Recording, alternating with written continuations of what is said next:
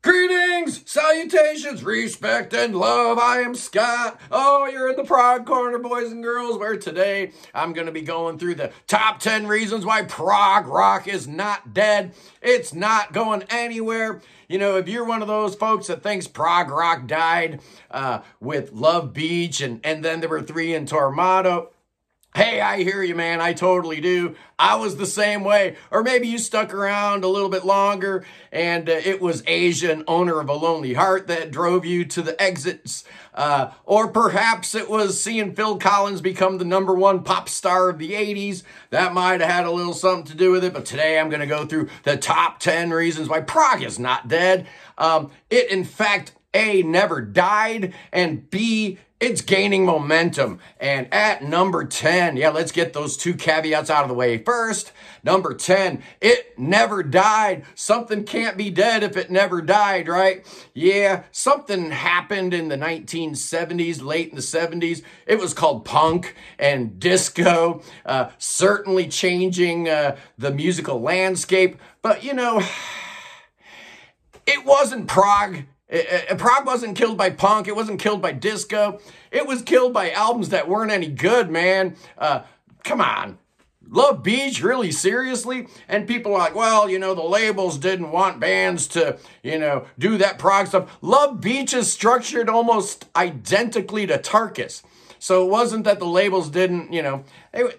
Ahmet Ertegun was going to release anything Yes put out, for example. So it was the bands themselves. It actually started good in the 80s, man, with albums like Duke and Drama and Discipline and Civilian. But then the wheels fell off real quick. But you did have some bands like Rush that actually ruled the 80s. And then you had the whole second wave, the neo-prog scene with bands like Marillion and IQ and 12th Night, Solstice, Palace, etc., etc. But, you know, if you were like me, thinking the 80s were just an absolute wasteland for progressive music, you need to go back and take a look at bands like Cardiacs, Universe Zero, some of the heavier stuff like Voivod, Queensryche, Fate's Warning, Talk, Dead Can Dance, Art Zoid. How about It Bites, Kate Bush? Over in Japan, they were a little late to the game. So in the 80s, you had Kenzo and Outer Limits and bands like that. Swans here in the US, the Enid in the UK. So the 80s had a lot of great stuff. So yeah, I was dead wrong, and so were you at number 9. Yeah, it is gaining momentum too. Prog is gaining momentum. It absolutely is. It is no longer a dirty word, right? Prog is still a 4-letter word, but it's not the kind of word that'll send A&R guys screaming out of the studio or bands getting dropped because they hint that they might want to put out a prog rock epic. Heck, you even got bands like Coldplay dipping their toes into the prog pool. So it is gaining momentum. It's not a 4-letter word anymore. At number 8, it's the demography that's really driving a lot of this momentum. It's a double whammy of demographic awesomeness for prog rock, in that you've got millions and millions of millennials coming up, and they are so tech savvy. They know all about how to listen to Spotify and, you know, Apple Music and go on YouTube. You don't need to buy 100 albums, right, to get into the genre. You just need to plug into Spotify or whatever, and you can get into it. So the younger kids are definitely plugged into that way of experiencing music. Definitely helping with the resurgence of our beloved genre. But at the other end of the demographic spectrum, you've also got us oldies, man, the boomers. Yeah, we're getting older, but, you know, the older we get, the more disposable income we have. A lot of us are retiring, so we've got more time, more money on our hands, so we can, you know, fly across the world and see a band that we like, or spend a bunch of money buying an entire discography. Whatever, we can do that now. At number 7, it's the bands. Yeah. Prog rock is not dead, because how could it be dead when you've got bands like Big Train and Wobbler and Agusa and Arabs and Aspect and Haken and No Spoon and Kimono, Steven Wilson, Neil Morris. Come on, man. Prog can't be dead.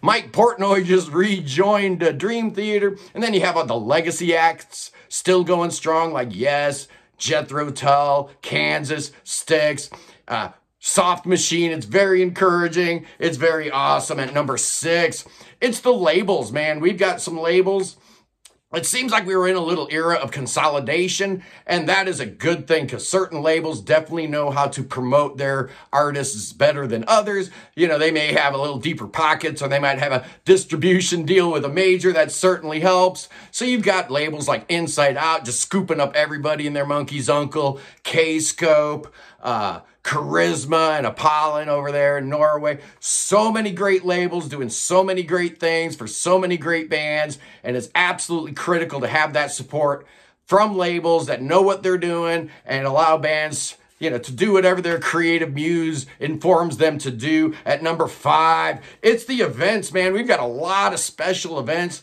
for prog rockers to enjoy their favorite kind of music. Obviously, Cruise to the Edge is the first thing that comes to mind, but there was something also called the HRH Prague over there in Europe.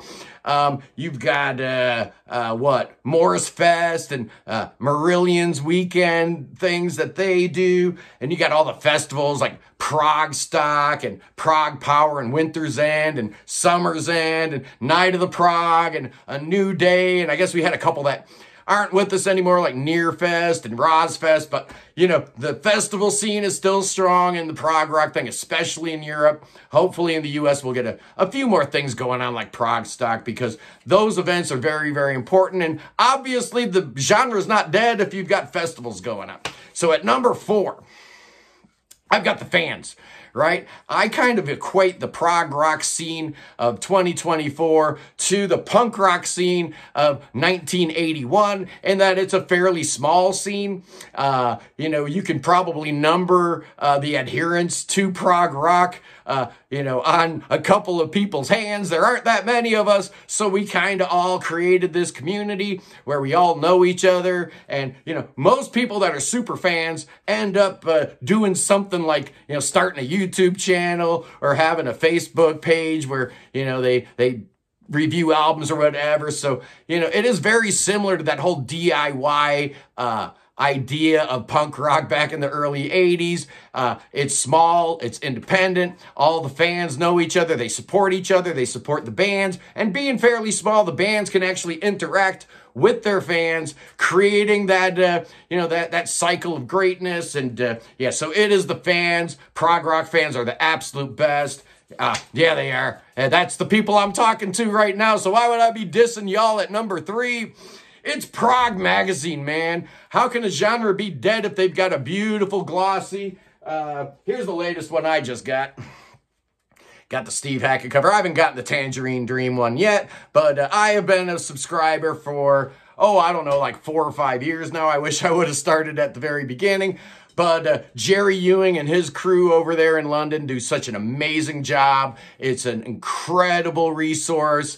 I implore all of you to subscribe to Prague Magazine. I know it's a little expensive, man, but Prague needs you. And Prague Magazine needs as many subscribers as they can get. I don't want to see that thing ever go away, and it's on you to make sure that that doesn't happen. At number 2, it's Prague Radio. Yeah, I love plugging Kevin's joint. Man, such a cool thing. 24-hour prog rock internet radio station, commercial free.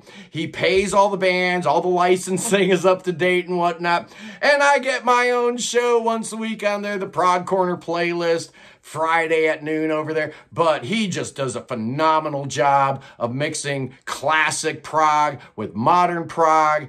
So if you're not really into the modern stuff, you can listen to Prague Radio and you'll get sucked in. Yeah, you'll hear some Yes and some Genesis and some ELP, and then he'll flip the switch and put like Emerald City Council on you or something like that. It's awesome. And at number 1, the number 1 reason why prog rock is not dead, it's me. It's the Prague Corner. And not just me, but, you know, YouTube in general, and absolutely helping the genre, and that, you know, people can actually connect with the host on a YouTube channel a little bit more than reading words on a page. I can't look into somebody's eyes and see if they're lying to me about a review, but if I'm talking about an album, you can see my reaction, you can see the look in my eye, you can hear the excitement in my voice, and you know I'm not trying to sell you a bridge.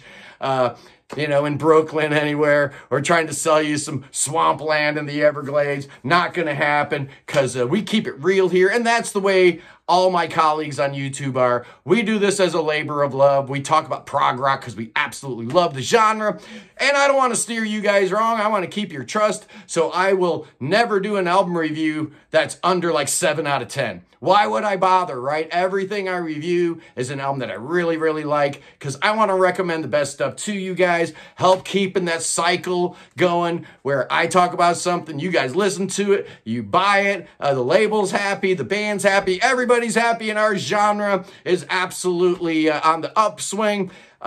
Homework for you guys, absolutely. I need you to subscribe to Prague Magazine if you haven't already, and I need you to download Prague Radio on your phones so you can listen to Prague wherever you go, as if you're not already doing that. But anyway, those are the top 10 reasons why prog rock is not dead. Yeah, it's awesome, man. Like I said, I love Prague. You guys know that. But Sunday, I'm going a little outside the box, and I'm going to be looking at, me and the panel are going to be looking at Iron Maiden Sunday at 1 o'clock. Are they prog? I don't know, but I think what we're going to do is rank their top 10 proggiest songs, because a lot of people are not 100% convinced that Iron Maiden is prog, and I'm going to do my best to convince folks about that on Sunday. Anyway, I love you guys. Peace in the Middle East. Free Tibet. And God save King Charles III. Save that boy. He's got the cancer, I heard that boy's not doing so good. So I say bring that boy over here to America, and we'll take good care of him. We'll take him to the church on Sunday. We'll do some prayers for him. Our prayer warriors are working overtime. We're going to get that boy all sorted out. We're going to dance with snakes, and we're going to make it all okay. I'll see you guys on Sunday. Peace.